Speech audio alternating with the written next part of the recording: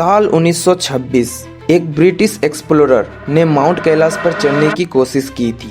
वो अपनी टीम के साथ काफ़ी ऊंचाई तक पहुंच गया था, लेकिन फिर एक ऐसी चीज़ हुई जिसकी उसने उम्मीद नहीं की थी। जैसे जैसे वो आगे बढ़ा, मौसम अचानक खराब होने लगा, रास्ता और ज़्यादा खतरनाक हो गया और आखिरकार उसे वापस लौटना पड़ा। उसने बाद में सिर्फ इतना कहा, ये पहाड़ चढ़ने के लिए बना ही नहीं है।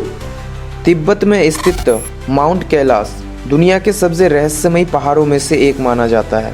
इसकी ऊंचाई लगभग 6600 मीटर की है, जो माउंट एवरेस्ट से काफ़ी कम है। फिर भी जहां हजारों लोग एवरेस्ट पर चढ़ चुके हैं, वही कैलाश पर आज भी कोई नहीं चढ़ पाया है। कैलाश सिर्फ एक पहाड़ नहीं है, ये 4 बड़े धामों के लिए एक पवित्र स्थान है: हिंदू, बौद्ध, जैन और बौन।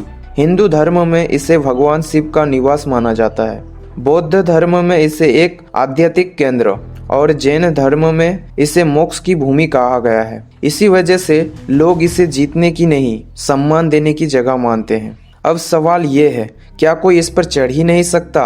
असल में कोशिश हुई है, लेकिन ज्यादातर लोगों ने या तो बीच में ही वापस लौटना चुना या फिर चढ़ने का विचार ही छोड़ दिया। एक बड़ा कारण है इसकी खड़ी और फिसलन भरी बनावट, लेकिन उससे भी बड़ा कारण है लोगों की भावना और सम्मान। इसी वजह से आज इस पहाड़ पर चढ़ना ऑफिशियली भी अलाउ नहीं है।